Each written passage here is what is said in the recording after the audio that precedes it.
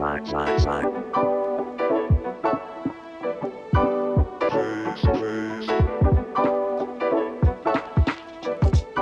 I just got back from my week-long trip to Vancouver, British Columbia, and I have to say it was an absolutely amazing adventure. Seeing the Rocky Mountains and the ocean for the first time was surreal to say the least.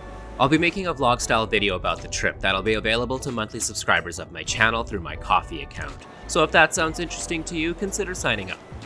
But while we were in Richmond, we stopped at a little Vietnamese place called Baguette and had the best banh mi I've ever had. And since that's all I've been able to think about, today I'm gonna show you how to make my all-time favorite sandwich. There are a million different ways to do banh mi, and while steak is usually my go-to, today we're gonna make the same style I had in Richmond, pork patty. In a large bowl, combine lean ground pork, kosher salt, freshly cracked black, having actual black peppercorns in the grinder would be helpful. Freshly cracked black pepper, sugar, and baking powder. This will make the pork light and airy, and lots, and I mean lots, of garlic. The last thing we'll be adding is a cornstarch slurry. So in a small, separate bowl, combine cornstarch and cold water. This will help bind the pork together while making it nice and tender, similar to the homemade Spam all the way back in episode 12. Throw on some gloves and thoroughly incorporate everything. It should be a little tacky when fully mixed. Set aside for a good 10 to 20 minutes. After taking some coffee to the dome, because you just got back from the longest road trip of your entire life, and it's an actual miracle you're able to stand upright, we can make the sauce.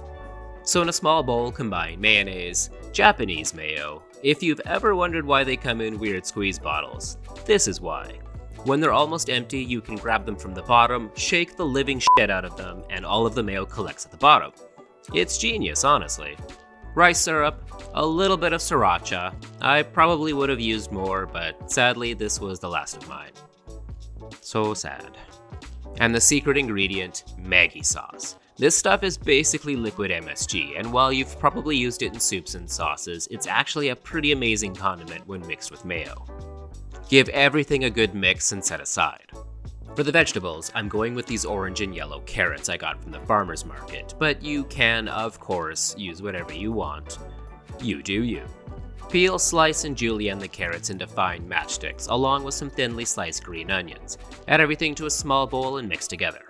The last thing we'll need to do is form the pork patties. Now you could just roll them into meatballs, as that's actually pretty common for banh mi, but I find meatball sandwiches to be kind of a pain in the ass to eat. Because the pork mix is pretty tacky, wetting your hands with some water will prevent them from sticking. I'm dividing the pork into 8 equal pieces, 4 per sandwich. Toss the pork back and forth in your hands to compress and bind the mix together. Then just roll into balls and flatten with your hands. I mean, it's not rocket science. They will puff up as they cook, so you do want to go a bit thinner than you'd like them. As always, I recommend using a cast iron pan. Set it over medium-high heat and add a good few drizzles of a neutral cooking oil, like canola. The pork will only take a few minutes since they're so thin, so you want the pan to be pretty hot before placing them in. The goal is to keep them thin with a few good squishes from a spatula and to form a nice brown crust on both sides. Once both sides are browned, place them on a plate and season with kosher salt. Banh mi are typically made with French baguettes. That's actually where part of the name comes from. And while they're cheap and easy to find in most grocery stores, you can also use crusty French bread or sub buns. Totally optional, but I like removing most of the bread from the top part of the bun. The sandwich is filling enough without the excess bread, plus it gives you a handy little pocket for all of the veggies. Now we could sit and debate whether a banh mi is really a banh mi if it doesn't have liver pate on it, but I always load mine up since it's probably the best part. Then top with the sauce. A sandwich just isn't a sandwich unless it has pickles, and if you're wondering why I didn't show you how to make these pickles, that's because next week's episode will be a guide to pickling everything.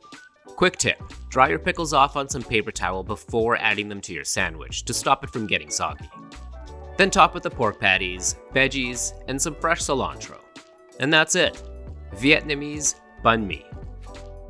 One thing I should have done differently was heat the baguette up in the oven for a few minutes first, to make it crustier on the outside and softer on the inside, but it was still pretty damn good regardless.